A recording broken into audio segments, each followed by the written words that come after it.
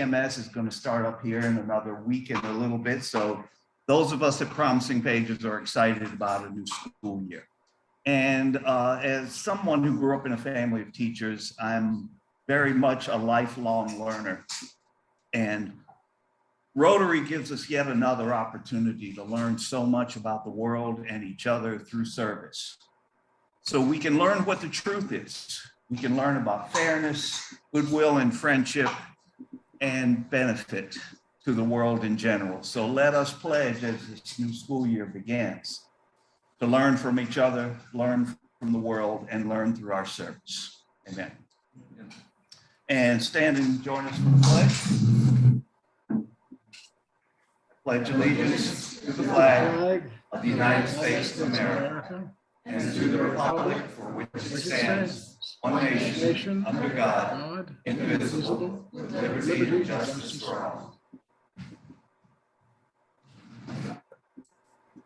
I would have a margin of yes, but I don't think we have any. Yeah, well, we've got, we should introduce our.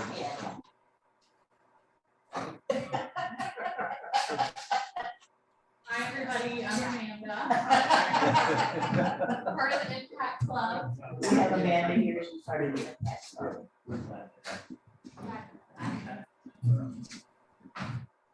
Okay, I have two quick announcements and then we're going to initiate you and Barbara, and I know Barbara's just starting to eat, I'm sorry. The badges have been ordered and they should be here tomorrow, so hopefully by next Friday we will have the badges. Yay. And then we have, there was an email that went out this morning to Kevin regarding the polio cases in New York. And I haven't pulled it up, but basically it says everybody obviously needs to be vaccinated, and that we're still working on that. We have to recommit ourselves to make sure everybody gets vaccinated all around the world, or polio will never go away. So Kevin, you want to take it from here?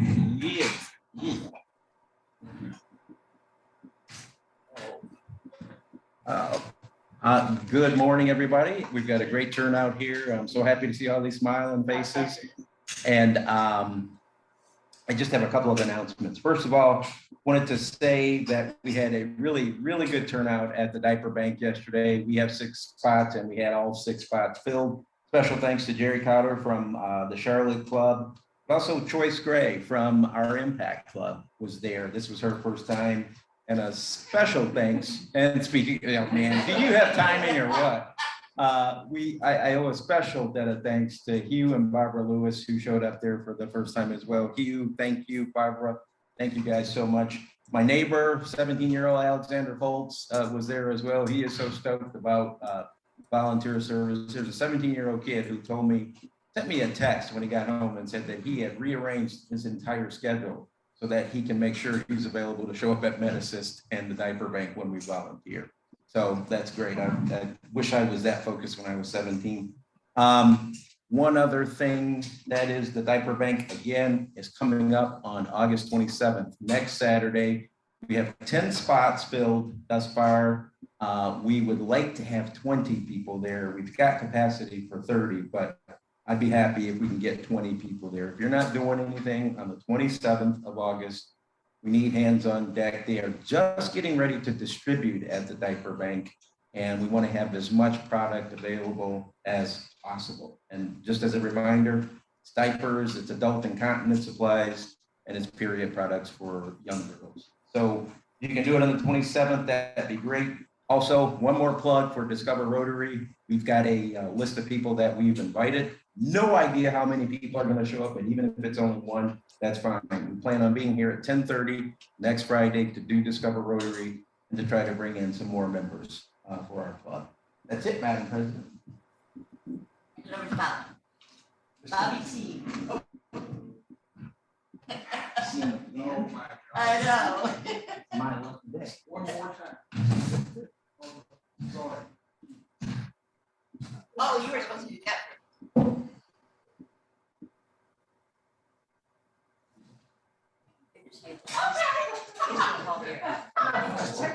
That's it. I'll pass it to you. Just a little corrections and some activities today. I'm here for the foundation as normal, as I have been for several times, and yes, sir. Okay. Today I have the opportunity and the excitement to be able to present a Paul Harris Fellow, multiple Paul Harris Fellow to one of our members. I am pleased to recognize an individual among us who has repeatedly gone above and beyond in doing good for the world. You will likely never meet the children, women, or men who will benefit. But on their behalf, I am offering a sincere thank you to this individual for giving her time, talents, treasures, and enhancing the lives of others. Her generosity means so much to so many. On behalf, I'll get it right in a minute, on behalf of our club, the district foundation, the trustees, I want to thank her, and I want to welcome her forward to receive her new Paul Harris Fellowship pin, which bears a sapphire. A sapphire is one that is hard to get to because it's her Paul Harris Fellow +6. So Joey Rucker, please come forward and accept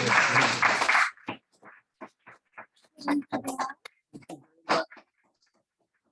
We appreciate all that you do. Thank you. Thank you, thank you, thank you, thank you. It is my honor to, we're going to induct two people today.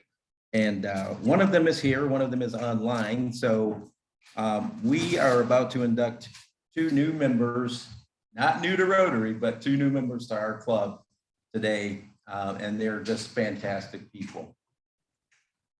Hugh and Barbara Lewis were members of the Charlotte West Rotary Club for a number of years. Hugh served as president, I think a couple of times at least. Barbara served as secretary a few times. And they are just dedicated Rotarians. When we first started volunteering at Second Harvest Food Bank, when they were at the convention center a couple of years ago, I could always count on Hugh and Barbara Lewis to be there. Yesterday, they showed up at the diaper bank.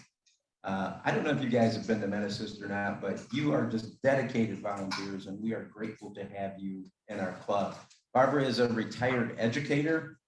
She has worked with the visually impaired in the past and will definitely be an asset as we forge even stronger relationships with Sedgefield Middle School. Hugh is a retired judge and attorney and just full-time Rotarian. Hugh, he's still not retired. He's not retired. Oh, cool. That's great. Well, we are just grateful to have them both as members of our club, and I would like to, Hugh, if you can show your face, that would be great. We're going to do them one at a time here. But there he is. Look at that. Awesome.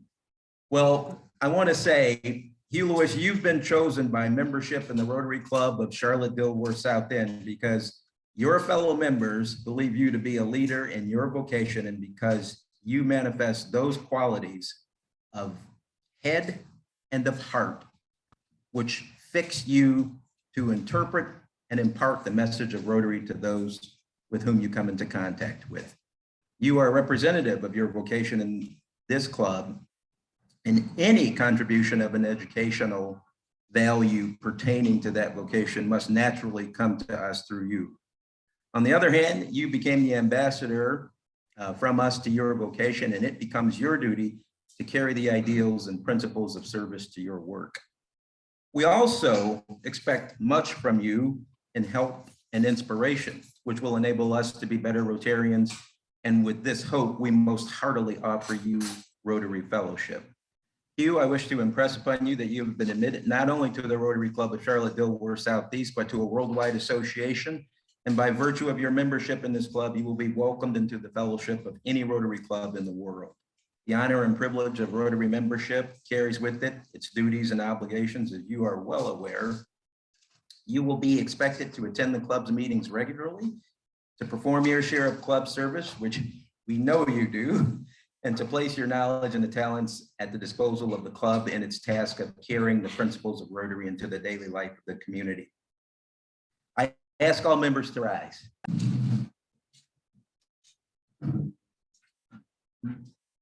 It is now my distinct pleasure, in the name of the Rotary Club of Charlotte Dilworth South End, I now formally admit you to membership in this club and ask that your sponsor, who will undoubtedly be your lovely wife, affix to your label our emblem, which I will pass along to her. Fellow Rotarians, I commend to you our newest member, Rotarian Hugh Lewis, who has been loaned the title of club member, and request that you all welcome.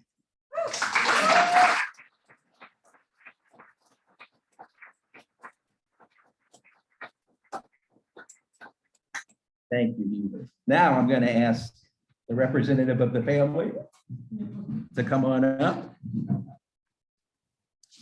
Barbara Lewis, you have been chosen for membership to the Rotary Club of Charlotte Dilworth South End because your fellow members believe you to be a leader in your vocation, and because you manifest those qualities of head and of heart which fit you to interpret and impart the message of Rotary to those with whom you come in contact.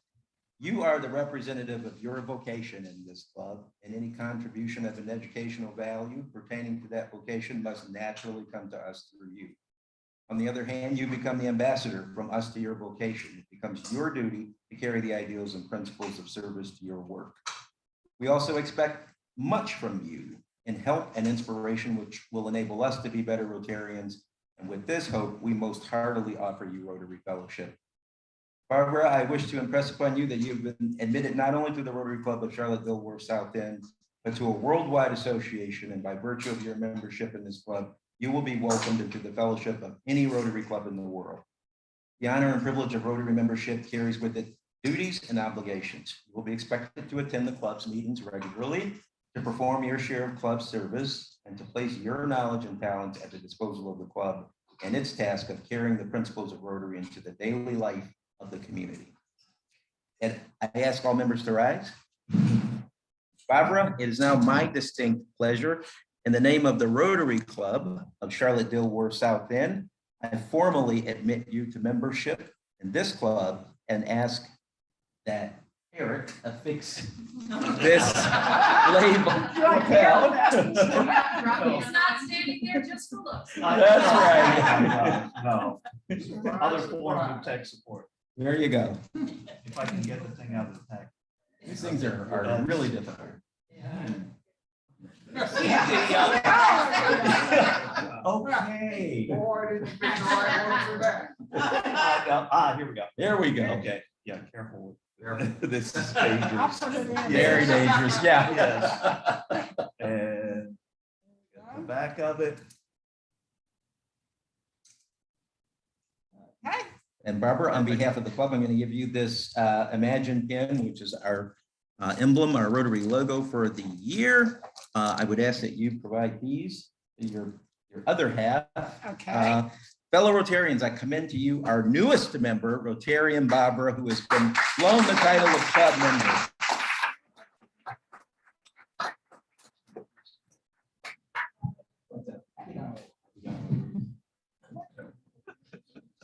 You want to have it off? Sure, I'll-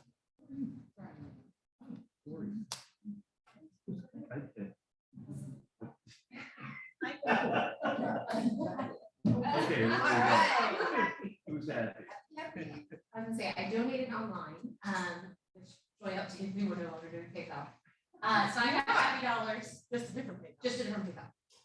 So I have $50. My guys actually headed back to school on Wednesday, and they were so excited at St. Mark Catholic School. So, and they were super excited, and it's the little things, but they no longer are dividing the classes and keeping them separate at recess. So my 4th grader came home overjoyed that his 3rd grade and 5th grade friends were on the playground with him. So it's the little things that are still returning to normal. But it's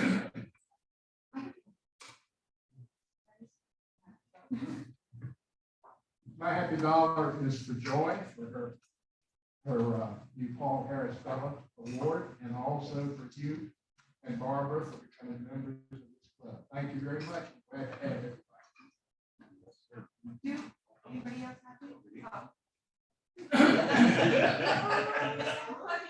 All right, I have a happy dollar because a couple of things. First of all, I'm excited to be here. This is my first meeting for this club, part of the Impact Club, so excited to kind of get back into the group of Rotary. Second thing is I just returned from a visit to my brother and his family that live in Germany. I got to visit my two little nephews. They're 7 and 6, and it had been 3 years since I saw them. So it was really amazing, and just the craziest part about the whole trip is that my flights went as planned. Wow. And I kept my bags, all my bags, yeah. Welcome, Lee. So I'm happy to welcome Hugh and Barbara to the club. Officially, you've unofficially been here for about a year, maybe 2. But also that we had the first family vacation with my future stepchildren and my parents and my sister, and nobody told me. Give it time. Give it time. Good start. Yes. I'll just ditto everything everyone else said. Welcome. Okay, good. Welcome Impact members. I finally got some good news about our mountain property this morning, because I told my builder that I was gonna put a cease and desist on him if he brings me any more bad news, but after our now second well at 700 feet, we finally have found water, enough water for our house. Awesome. So 1,200 feet later, we can actually take showers.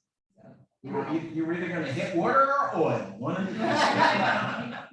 Either one. I'll take either one. Yeah. So, thank God for water, Absolutely. clean water. Mhm. We're celebrating and so glad to be part of the club. Thank you for making us feel so welcome. Welcome. Put one in for Hugh and one in for Barbara, because it's a lot of fun getting to know them today. Anybody else?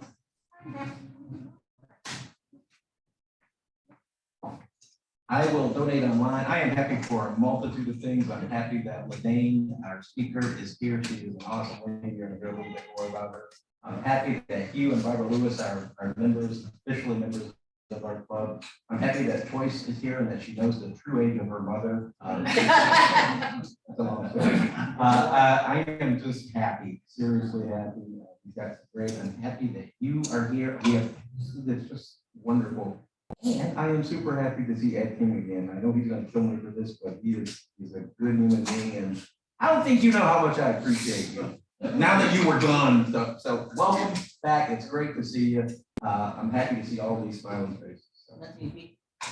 And Lindsay and Pete, yes, my daughter and her husband are here with our mystery child that we can't talk about because it's not official yet. But they're here visiting from New Jersey, and they're only going to be here through Sunday, Monday. So, thank you. Welcome to it online. Thank you again I did everything for you. Great to have you guys, Lewis family in, Joy, thank you, Paul Harris Fellowships, great for all of that great stuff. Also want to thank our crew of 6 people that cleaned the street last Saturday. We had a very, very good day on East Boulevard, and the dedicated people that came and worked on that. And then the last thing is just on a personal note, our Cancer Foundation, the Purple Promise Foundation, is doing the Pride Festival this weekend downtown. We haven't done it for 2 years, but the last year, 3 years, we did it. It was 150,000 people, and we give free sunscreen to everybody that wants to come to our tent. And it's a big project, and they're all day Saturday, all day Sunday. And we're back doing it this year, and that's our mission. So sun safety education plus a sunscreen. So if you're around this weekend and find yourself downtown, please come to say hello to us at 2406. Thank you.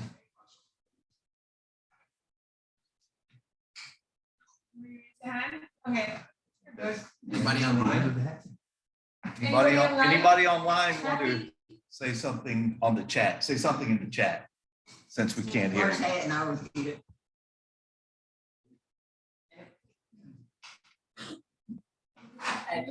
I'll give it to Kevin. Oh. Is this, Yeah. this is my time, okay. Your time. Perfect. What would I do without you? Better. That is for sure. It gives me great pleasure to introduce our guest speaker today. The Reverend LeDayne Polaski has been the Executive Director of MeckMIN since October 2019. She previously served on the staff of the Baptist Peace Fellowship of North America, Bautista por la Paz for 21 years, ending as Executive Director, and she began her career as a Minister of Youth at Myers Park Baptist Church. LeDayne and her husband, Tom, are active members of Park Road Baptist Church today. Their daughter, Kate, is a student at Meredith College. LeDayne has a variety of interests, loves being outside and moving, so she loves walking, hiking, swimming, kayaking, and more. She's an avid reader, and her favorite part of the week is completing the New York Times Saturday crossword. Now, that's her official bio. I want to say also that she runs the best meetings in the world. If you ever have an opportunity to participate in the MeckMIN meetings, which are held every couple of weeks, LeDayne has a schedule. She keeps to that schedule. She begins everything with a beautiful invocation. This is an amalgamated group of many different people of religious beliefs coming together. And she is just an incredibly special person. Had such a fun time at Jennifer Roberts' home the other night, where LeDayne shared some stories of the impact that MeckMIN is having in our community. And the part that I like about it is, even though they're primarily faith-based institutions, they welcome organizations like Rotary, which of course are secular. We're welcome with open arms, just like everyone else is. So it's a privilege and an honor for me to introduce LeDayne Polaski.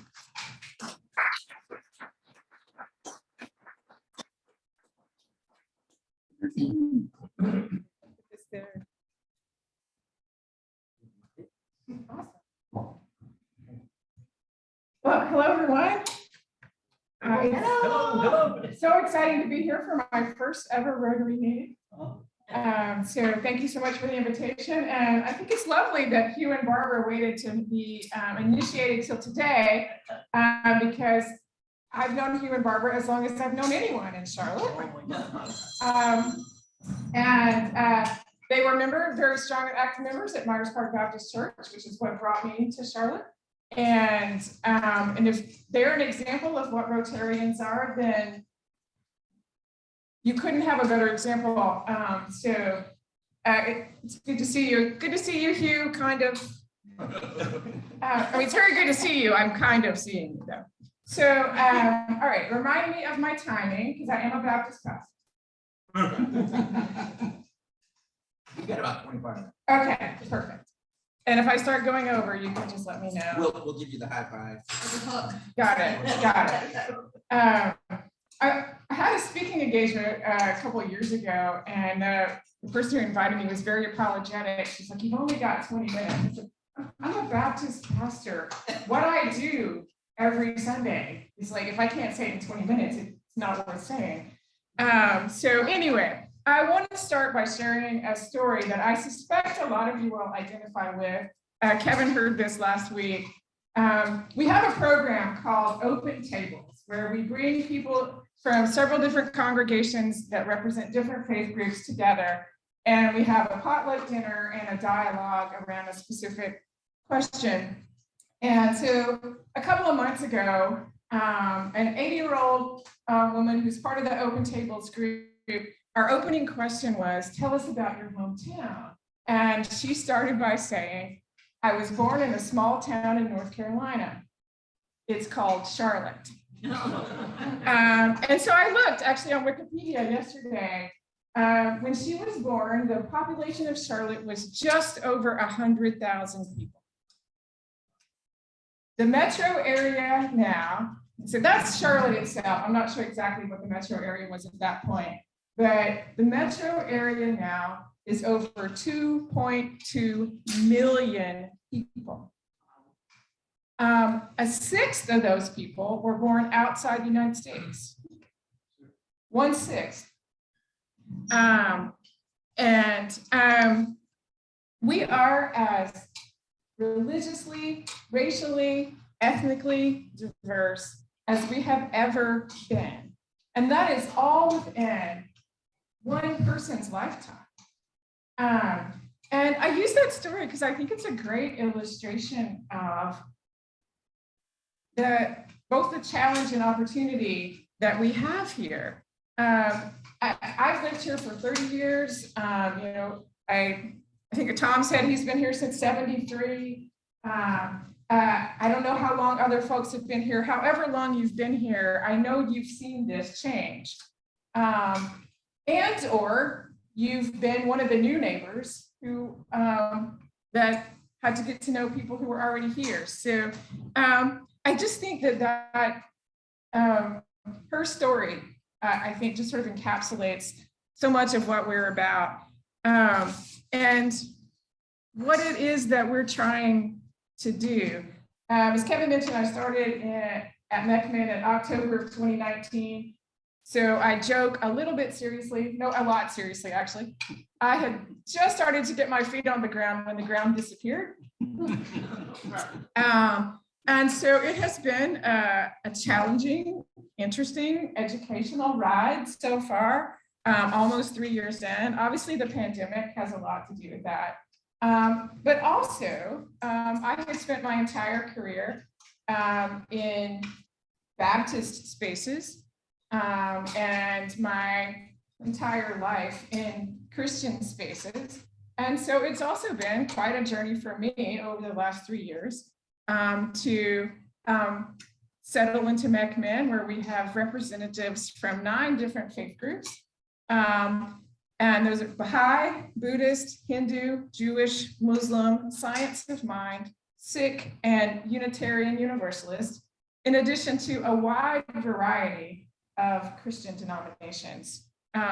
So the challenge that my 80-year-old Open Tables friend faces, and the challenge that I face in acclimating to MeckMIN, is the move from diversity to pluralism. Now, you may not be familiar with that distinction. I actually wasn't until I came to work for MeckMIN. There's a scholar at Harvard named Diana Eck who runs a project called the Pluralism Project. And she says it this way, that diversity is a fact, pluralism is an aspiration.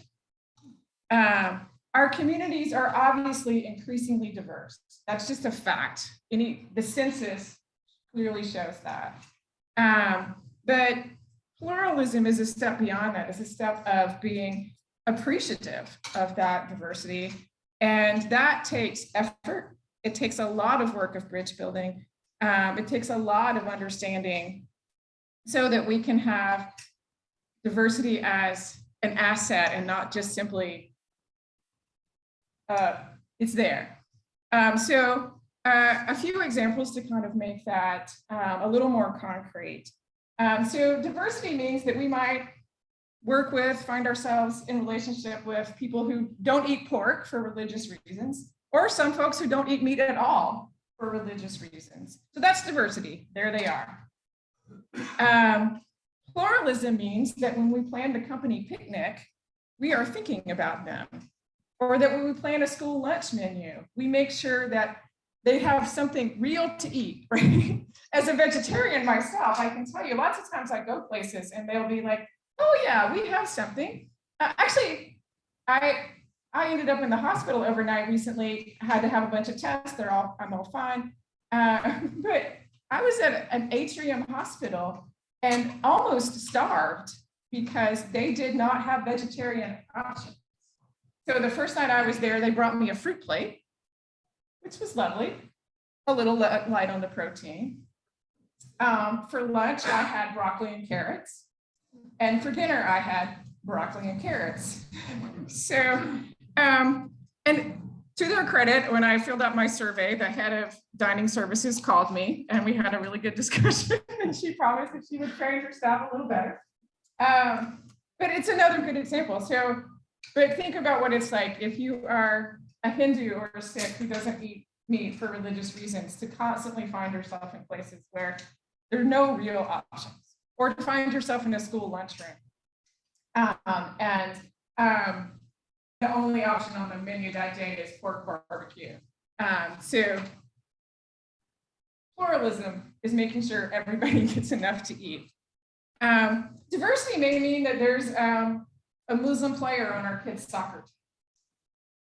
Pluralism would mean that the parents and the fellow players and the coach all understand what Ramadan is going to mean for her. It's going to mean that she's fasting all day, even fasting from water.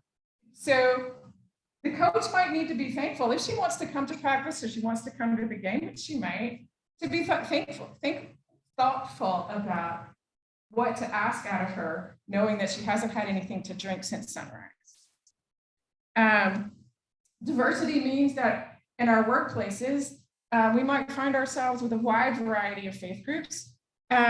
Pluralism means having a holiday policy that means everybody gets equitable access to time off when it makes sense for them to have time off. One of the things that MeckMIN would really like to get into is doing some business and doing some training in the corporate community about just some basic religious literacy. And holidays are a big one. And sometimes people say to me, well, we don't talk about religion in our business. And I'm saying, do you give your employees December 25th off? Because if you do, you're already talking about religion in the workplace. And there are some pretty simple policies you can put into place to make sure that people have equitable access to time off when it makes sense for them and their families and their faith groups. A good story about that, our board president is the imam of the Muslim Community Center. Several years ago, he was asked to speak at Bank of America, and afterwards, several of his congregants came up to him to thank him because they said, for the first time, my boss understands why I take a long lunch on Fridays. So they were trying to get to worship, get to the mosque, worship, get back in an hour. They were inevitably late. And for the first time, the boss understood, oh, that's a religious obligation for them. I can be a little flexible with lunchtime on Fridays. So another good example of pluralism. Diversity means having a meeting and realizing that people might be coming from a variety of faith perspectives, and thinking about the prayer that starts, at our meetings, we start and end with prayer. I always try to remind people it's an interfaith audience. And sometimes people say, well, what does that mean? And I was like, well, think about how you start and end the prayer. So most of us, I'm Christian, so, it's typical for us to end our prayers in Jesus' name. We could also end our prayers saying, we pray to the God of many names. We pray to the God of love. We pray to the God of all people. All of those are much more inclusive. I had a conversation earlier this week with a woman who's Jewish who frequently comes to the meetings that Kevin referenced. And she said, I always appreciate MeckMIN because when the prayers happen, I feel like they mean me too. So some of these are, relatively easy fixes. Though I won't pretend that it's easy. I'm going to give you just a couple of specific examples. And I'm going to tell one on us as well, so not to make anybody feel like, oh my gosh. So these are all examples that have happened to me since I've been at MeckMIN. So there was a group that the county put together to work on making sure we had a full count for the census. You may be aware that, every year the census undercounts people, and it particularly undercounts people for whom English is not a first language, or who have suspicions of government, which you may well, there are a lot of folks who have come here having experienced active repression in their home countries. Somebody from the government knocks on their door, they're a little worried about what that might mean.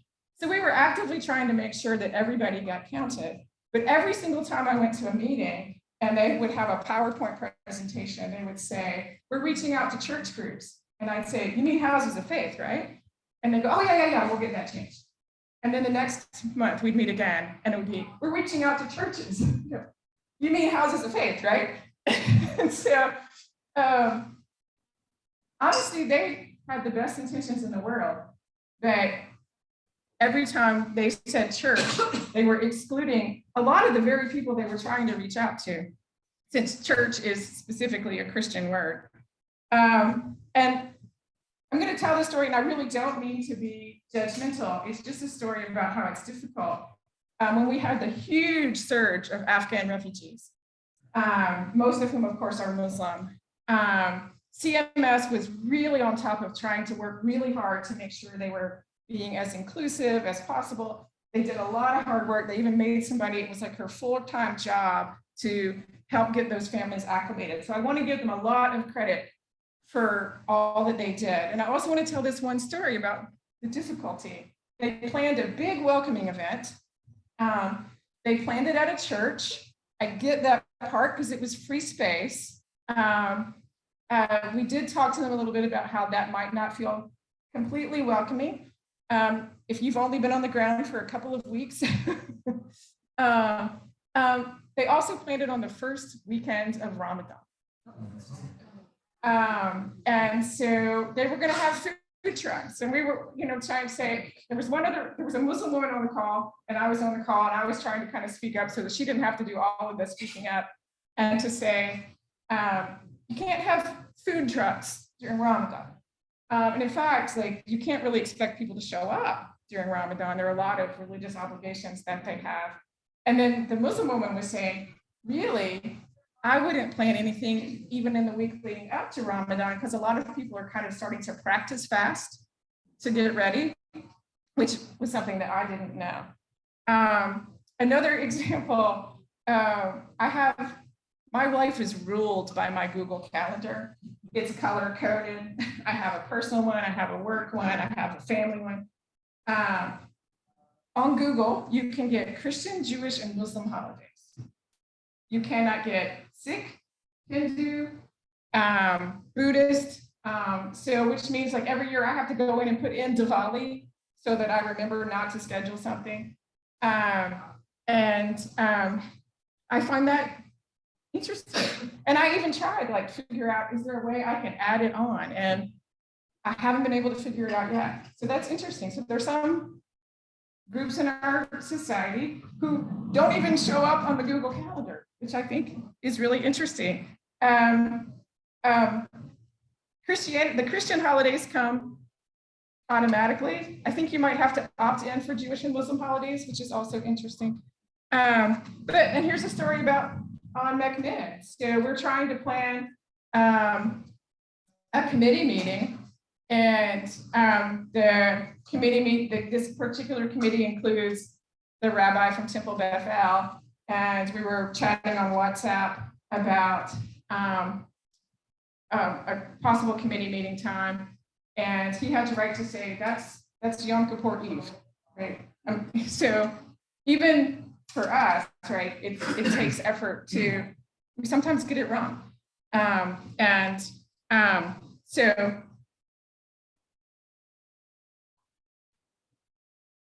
it's a challenge. It's not easy, but it is incredibly important work. And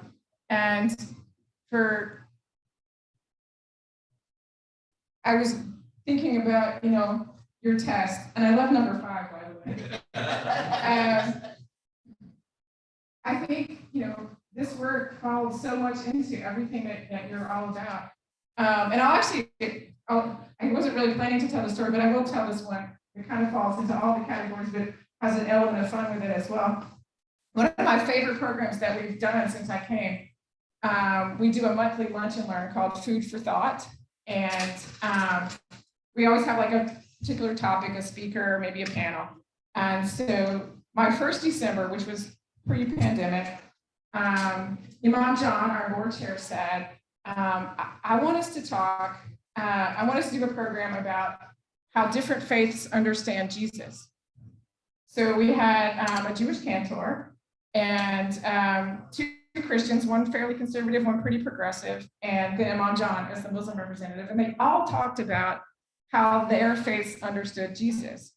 And the cantor's speech was so helpful to me as a Christian because like he explained, he's like, here are all the ways in which Jesus was very much an Orthodox Jew. And here are 3 ways in which he wasn't. 3 ways in which he departed from Judaism. And including his understanding of forgiveness, which as a Christian was one of the most illuminating things I ever heard about forgiveness and what it means in the Christian tradition. So illuminating, but also, I also love that session because like each speaker would talk and then the next person would say, you know, here's what you said that really resonated for me. And here are the places where I would disagree. And it was so respectful and nobody tried to pretend that we all agreed about everything. And afterwards, the cantor came up to me and he was a little bit apologetic. And he goes, I hope I wasn't too hard on Jesus. I'm like, you know, we did invite you here as a Jew. We were kind of expecting that your perspectives would be different. That was kind of the point. So for me, that was one of the most fun, energetic conversations that we've ever had. And particularly because we were sort of really diving into where are we similar and where are we different? It was also revealing to me, like, I knew that Muslims regard Jesus as a prophet, but it was really helpful to understand more specifically how that works. And I don't know if you've ever had the chance to read, I mean, there are a lot of stories that appear both in the Hebrew scriptures and in the Quran. And it's really interesting to read them side by side and see mostly similarities, sometimes differences, but very, very interesting work. If you've never had a chance to do it, I recommend it. All right, I got 5 more minutes.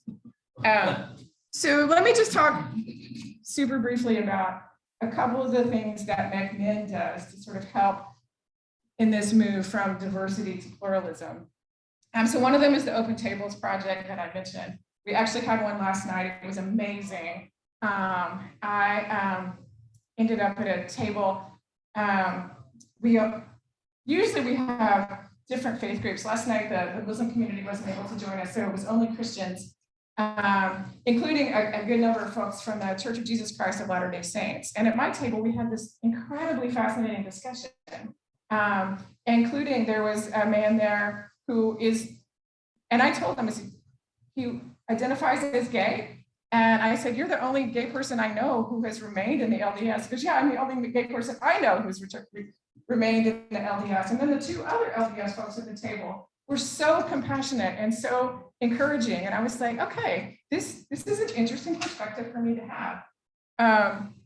So it was a great conversation that really sort of shifted my own understanding. One of the things we've been doing of late and we'd love to get more into is working with teachers. We've actually worked, we've had 3 invitations in the last year in Rock Hill, 2 with the school district and 1 at Winthrop University, working with future teachers, helping them to think about how to make their classrooms religiously inclusive. And it's interesting because a lot of times people will think the best way to be inclusive is to not say anything. And so I say, you know, if you're sitting there in a hijab, not hearing anything about Islam does not feel inclusive. One of our Sikh board members says that his kid's social studies book had 1 sentence about Sikhism and it was wrong. So trying to work with teachers to say, obviously we are not proselytizing, we're not trying to lift up any particular faith, but just to acknowledge that there are kids from different faith perspectives and no faith perspective in the classroom, and to think about what does and doesn't make them feel included and therefore able to learn. Kevin mentioned our Thursday meetings, which are all about hearing about the needs of the community and thinking about how the faith community might step up. I'll tell that one more story, and then so one of the Thursday meeting started in March of 2020. when one of our pastors called to say that virus that we're hearing about in Europe is coming here. And she said, you know, like any crisis, the most vulnerable suffer first, hardest, and longest. And she said, I really want the faith community to be on top of figuring out how to respond. So we thought, okay, well, let's have a meeting. I laugh now. It was face to face. We had no masks, and we invited some of the bigger nonprofits in the health department and started talking about kind of what they were seeing. And they were like, okay, we need to meet more. We'll meet again next week. And between that meeting and the next meeting, the world really had fallen apart. And so we met on Zoom every Thursday for 14 months, and now we meet every other week. So one of the great stories that has emerged from that, we had for the first couple of years, Loaves and Fishes kept saying, you know, we have plenty of food, and encouraging smaller nonprofits to do referrals to them so that the small nonprofits weren't using all their funds on food. And over the past several months, Loaves and Fishes has kind of started saying, actually, we really need your help because of the inflation. You know, they have a hard time buying food. People who are kind of already on the edge are struggling more, and folks who were donating find themselves less able to donate. And so this has been going on for a couple of weeks. That was kind of like, they kept coming to meetings, kept making that report. And one of our members, who is very strong in the Church of Jesus Christ of Latter-day Saints, called out to Utah, where they have a food bank, and said, you know, we really need your help out here. And so was able to get a semi truck full of food, 40,000 pounds of food, delivered to Loaves and Fishes, specifically because she had heard about this need on the Thursday meetings. The other story that comes out of the meetings, this is much earlier in the pandemic, I like to tell. When I have 30 seconds to tell people what MeckMIN is all about, I say, we have 9 different faith groups. All of them say that it's absolutely essential to love your neighbor, but it's incredibly difficult to love well a neighbor that you don't know well. So I'll close with this story. This is from early in the pandemic. And I'll say early on, we had a couple of meetings, and then I asked the group, who's not here who needs to be? And I don't know who said it, but somebody's like, there's nobody here from like representing the immigrant community. So I started reaching out, and now we do have good representation from groups that are working, either led by immigrants or working with immigrants. And so one of those is Refugee Support Services, and so they were coming regularly.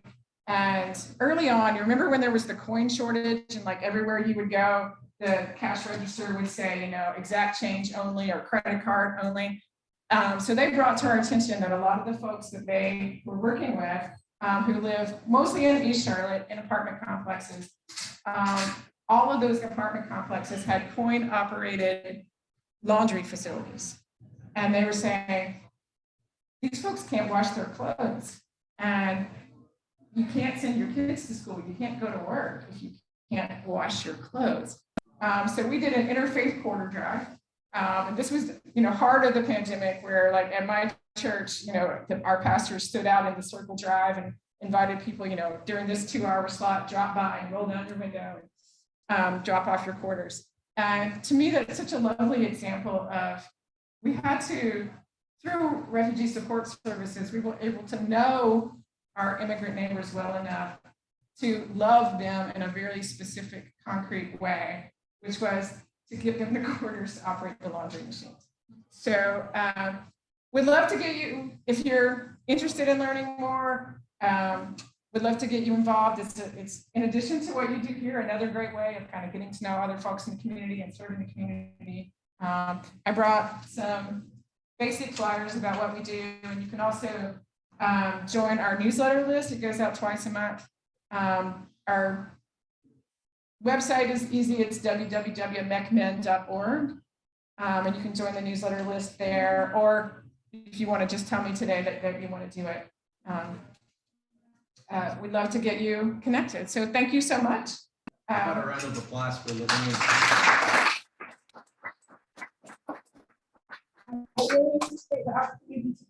Do you have time for a couple of questions? I have plenty of time.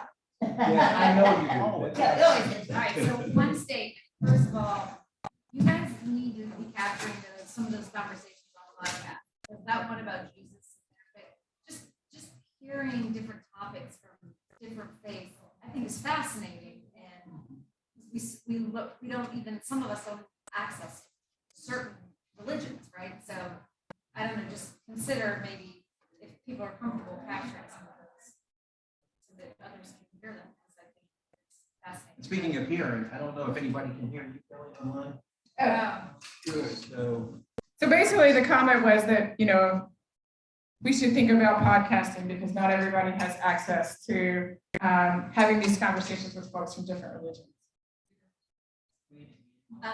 The other thing I was gonna just ask is, when you talked about, employers cannot ask or assume about religion. So how do you even have those how as an employer can you even have those conversations unless the person brings it up?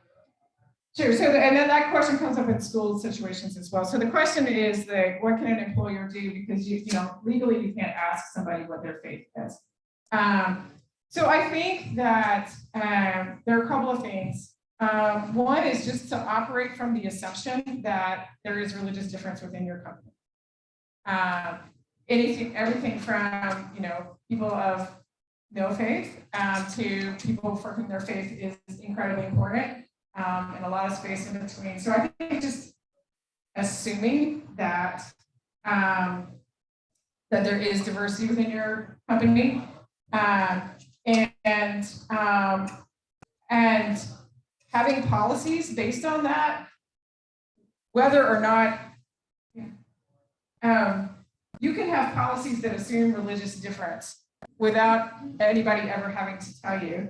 And then I think it is if you have a holiday policy, and somebody wants to take off Diwali, for example, then I think they would need to self-disclose, which I don't think I think for most people that would not be a problem.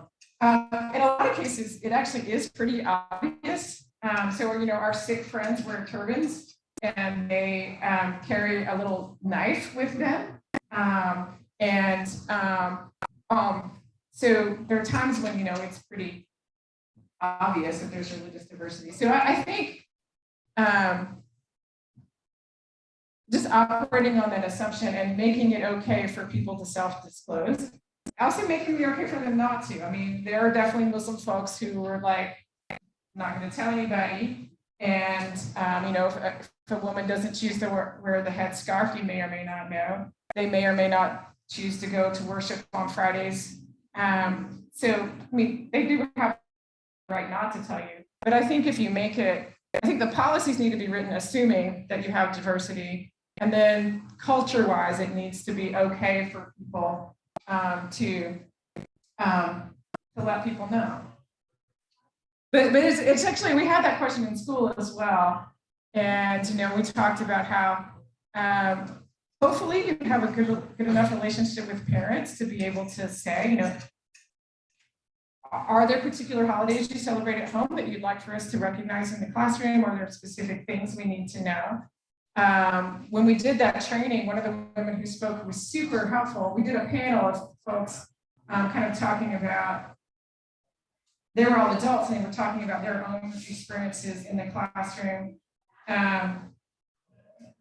and or their children or grandchildren. And there was a woman who's a Seventh-day Adventist who was very, very helpful in talking about her experience in school, and that her parents always took the initiative to go to the teachers and say, we don't celebrate, we don't do birthdays, we don't do these different things. And, we needed to be okay for our daughter to opt out of those things. But again, I think hopefully a teacher could have a good enough relationship with parents to make it welcoming to be able to have those conversations. Again, you can't force people. They may, for any number of reasons, choose not to self-disclose, but I think it's a matter of making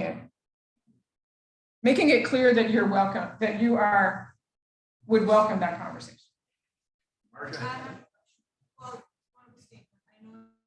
Can you give her? Oh, sure.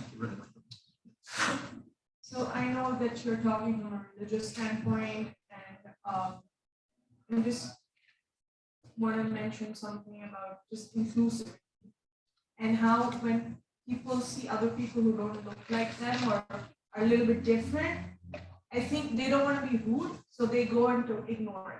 And I think ignoring is also discrimination. Because I've been in situations where nobody's talking to me, because I was an immigrant. I mean, I'm formerly an American now, but I look different, I speak differently. But that was definitely an impact. But I'm sitting alone in a room and everybody's talking to each other. Obviously, except for the present company over here, most inclusive people. But I think that is something that needs to be addressed as well, because if somebody is different, don't ignore them. Try to include them. Try to talk to them or understand where they're coming from. Or and I think that should be something that should be addressed, not just that you should include everybody. How do you include everybody? Give people questions, tools to include. I think you make such an excellent point, which is one of the things that I was trying to say about the school system. I think it's so important not to just ignore religious difference in the schools or any other kinds of difference. I think most schools and most businesses are doing a better job these days of acknowledging other kinds of difference. Religion seems to make people a little queasy, but there are definitely ways of doing it that are welcoming and are inclusive without proselytizing and without lifting up even faith versus no faith. But yeah, ignoring differences is problematic. And I think, if you're one of the women who's part of the panel that we did with the Rock Hill School, she's a colleague of my husband. She's Muslim. She has twin sons. They were 8 when they moved to Rock Hill. I invited her to be on the panel in part because I knew that her kids had a really hard time in the public school system. And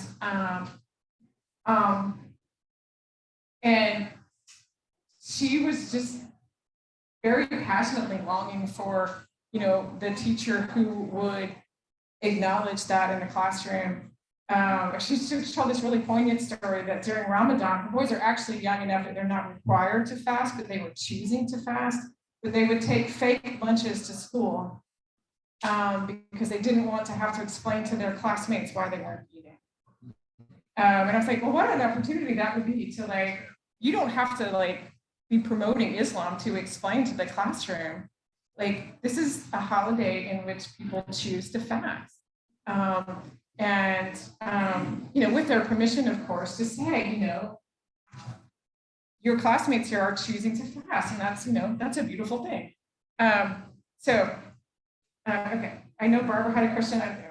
When I was teaching many years ago, you could not discuss one religion without discussing any other religion. So you could teach that. And then it was basically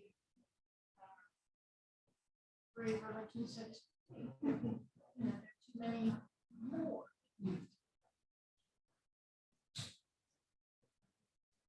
Okay.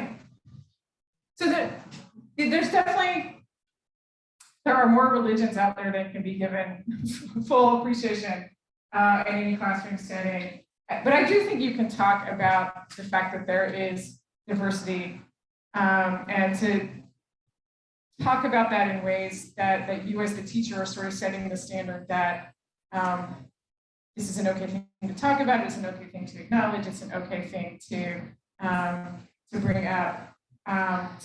We would have to get into lots of details about how that would work. I do know, I'm not an expert, that the North Carolina social studies standards that were passed a year ago were a huge step forward in acknowledging religious difference and giving teachers good tools to do that. I haven't really had a chance to talk to people about how well they're being implemented, but I do know that my friends who were involved with that were really excited about the move forward.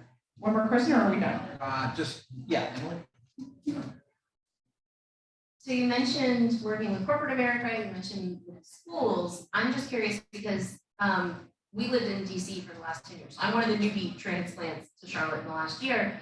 But this was like a contentious debate for several years that they would just say the scapegoat was basically it's a federal holiday. So they would get the federal holidays out, but then that was our question, like December 25th is a federal holiday. Well, why isn't it?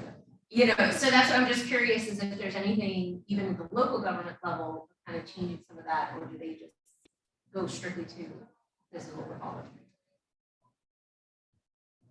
Honestly, don't know the answer to that question. I would have to find that out. I mean, so that is an interesting question. So, you know, the federal government does acknowledge December 25th as a federal holiday, which obviously is based on our Christian, our history as a Christian nation. So there's a group, if you're actually interested in a fair holiday policy, there's a group called Interfaith America that has a really good kind of white paper on what an equitable policy looks like.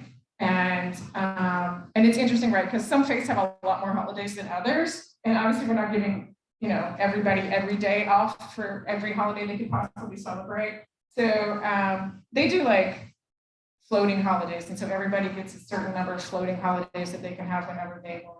I will say I got a call from a county commissioner a couple of years ago. And she's like, it would be my preference that we didn't start county commission meetings with prayer, but I'm not going to win that battle. So can you at least help me find people from other faith traditions to do the opening prayer? Which of course I was happy to do. And it's really great because when the county commission minutes come out, I'm like, oh, yep, I suggested that person. Oh, yep, I suggested that person. So that's just one small thing. I'll have to look into see. I suspect we locally just do federally mandated holidays. So thank you so much. It was great to be here. We've got one more thing for me to do. All right, I have to pull the raffle. more Are you things. okay? That's right. Are you okay with betting raffle? Oh, yeah. The big obvious thing that makes it clear that I'm a Baptist pastor is that I can't stop talking. Well, then we're gonna ask you to come over here and just draw the winning ticket. If you could read the last three, that would be great.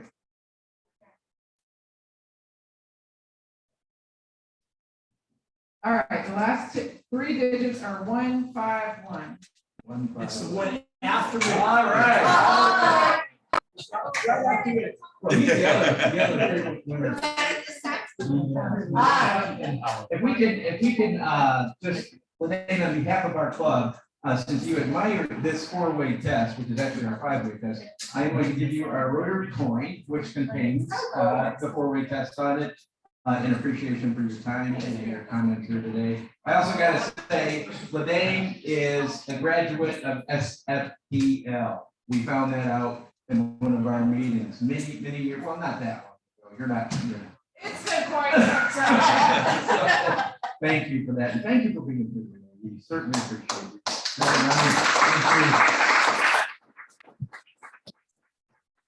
Are we done? We're done, yeah. We're not done. No, you're not done. Wait, who's the president here? Yeah. Okay. Don't forget to pass your card buckets up with your change, and let's do the five-way test of all the things we think they are due. Number one. Is it the truth? Number two. Is it fair to all concerned? Number three. Friendships. Number four. Will it be beneficial to all concerned? And number five. Will it be fun? And LeDayne, if you have a few minutes, if anybody wants to ask any more questions. Thank you all so much. Oh, thank you. Yeah.